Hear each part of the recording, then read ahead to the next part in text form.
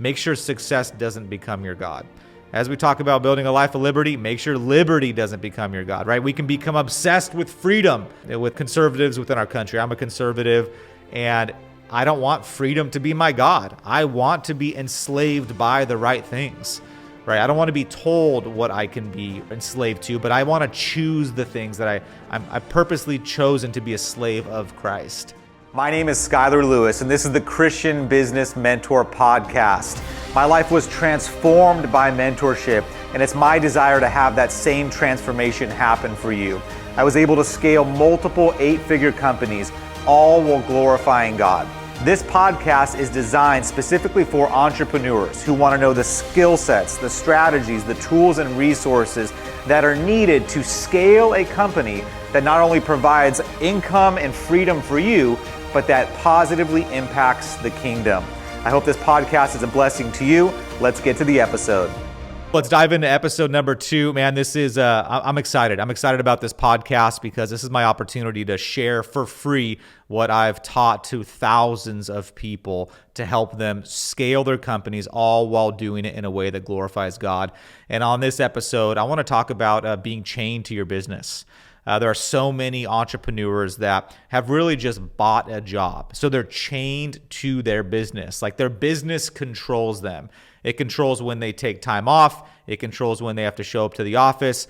They thought they would have freedom by starting a business, but really they're beholden to their customers, to everyone inside the organization. There's a better way to run a business. I actually wrote a book on that called The 2-Day CEO. I'm going to be talking about some of those principles throughout this podcast and even right now. So let's talk about living a life of liberty. So what does that look like? It means a life of liberty is designing a life to where you can have freedom in multiple areas of your life. So you can choose what you want to do, how you want to do it, and when you want to do it. So as an example, you're able to give what you want to give. You're able to vacation when you want to vacation, although vacationing is overrated. What's even better than a vacation is building an impactful organization that changes lives, and your business has the opportunity to do that. So we do, like, an opportunity is to build a life of liberty. But I want to clarify something first. Don't make building a life of liberty your God. Right? Some of us are searching out the good life, right? We are making the good life our top priority. So to have the nice cars, the nice house, the business, like that can be a priority. Make sure that's not your primary priority though. Your primary priority is the Great Commission. It is going out, it is converting, and it's making disciples. Like that is what we are called to do. We can do that through our businesses.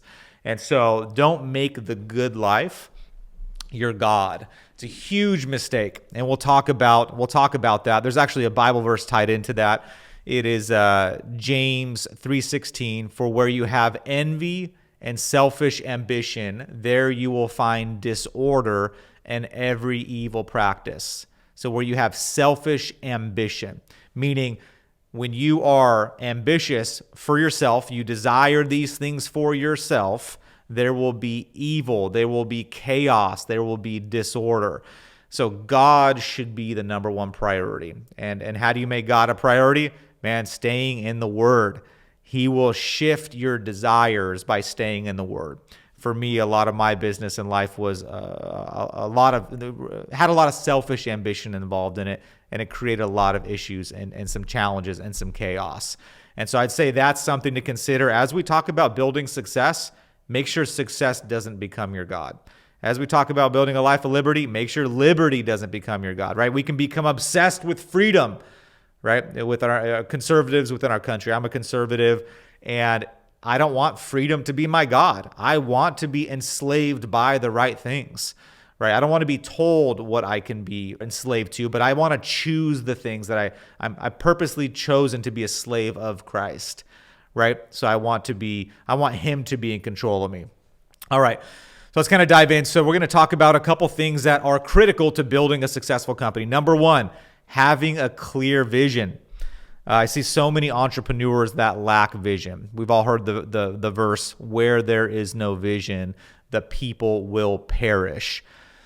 So what does that mean? It means that as you're growing your company, if you don't have a clear vision, you will not have the best chance for success. So what does a clear vision look like? It looks like you focusing, getting clear, writing it out on what you want to accomplish this year, in the next 3 years, 5 years, maybe in the next 10 years. Like, what is the vision that you have for your organization and for your life? Every year, and I'm going to dive deeper into vision on a future episode, but every year I go out and I spend about 4 hours and sometimes a whole day, and I sit down in nature and I go write out my vision. I write out my 1-year vision and my 5-year vision, like exactly how I want my life to look like. And so I have this clear vision. I write out my vision for my company also. So having a vision gives you the best chance of achieving it. Those without a vision, they are wanderers. Don't be the wandering entrepreneur. Get clear on where you want to go. Number 2 is develop yourself. What does that mean? So I see a lot of people that are waiting for success to be created, but they're not spending time developing their skill sets. So that can look like reading books, listening to podcasts, going up to personal development seminars. It could be mastering a specific skill set. Like, so dedicating time to work on yourself. Work more on yourself than you do on your job. Instead of watching TV, read a book. Instead of sedating with social media, put some app blockers on there that max out at 15 minutes a day and use that time to develop some new skill sets. So number 2 is develop yourself. Number 3 is develop your people. What does that look like? It looks like you sending them to seminars. It looks like you reading a book with the team. It looks like you being involved in different growth opportunities for them. So develop your people. Your people are the key to really building a successful company. Like for me, as I scaled Superior Restoration, which was one of my first pretty successful companies, I had a big emphasis. So I set goals with my team. I sent them to seminars. I read books. Like, I was always focused on developing them because I knew as the only way for me to get to the next level was for my team to get to the next level. I would not be able to get to the next level in the organization until my team rose. And as they rose, it would also push everybody else up. So we need your managers, we need your technicians, we need everybody to be able to rise with you. A lot of leaders have an ineffective mindset where they try to keep their people from growing. They try to keep their people down. And my intention is I want to elevate them as high as they possibly can go. Yes, some may leave. Yes, some may start their own deal. But we want to live in an abundance mindset versus scarcity mindset, which is a conversation for another time. Number 4 is systemize at every opportunity. So wherever you can, if there's some process in your business that you are going to do more than one time, turn it into a process. So systemize that side. So what does that look like? It could be your sales calls. How do you systemize your sales calls? Creating a script. Create a script for your business, right? All of our, with Rise Up Kings, with Superior Restoration, with some of our other companies, we have scripts. It could look like utilizing software for automation. It could look like you having a checklist. So if there's a certain process in your business, build a checklist. There's a book called The Checklist Manifesto, which is how to really systemize your entire business through checklists. Very simple way. We had with Superior Restoration, we were a construction company. And so our average project manager, they were in the business only a couple years in the industry. But we were producing more jobs at a better quality than project managers that had been in business for 20 years because we had processed and systemized that department. So meaning they showed up to a job site, they had checklists they had to go through, take pictures of the house, verify the framing. Like, we had specific checklists that they had to go through before they left the property. And that was all within our software. So systemize each part of your business will allow you to create freedom. That's part of the 2-day CEO process. Or number 5 is lead like Christ does. So he is a servant leader, right? Christ was washing his disciples' feet. So how do you become a Christ-like leader? First off, John Maxwell has some great books around servant leadership. And so what does that look like? It looks like you focusing on serving your team versus being served. If you have an opportunity to spend additional time with your team, get to know them. It could look like you diving into maybe doing some of the harder tasks, not all the time, but maybe initially. Maybe it's grabbing boxes with your team. Maybe it's setting up something with your team versus being the dictator. So, and just to be clear, long term, that's not the best thing. We need you out of the weeds. We need you out of all the small things that are inside your business. And we need you to be elevated to a CEO level, to a board member level, where you're the grand chess master.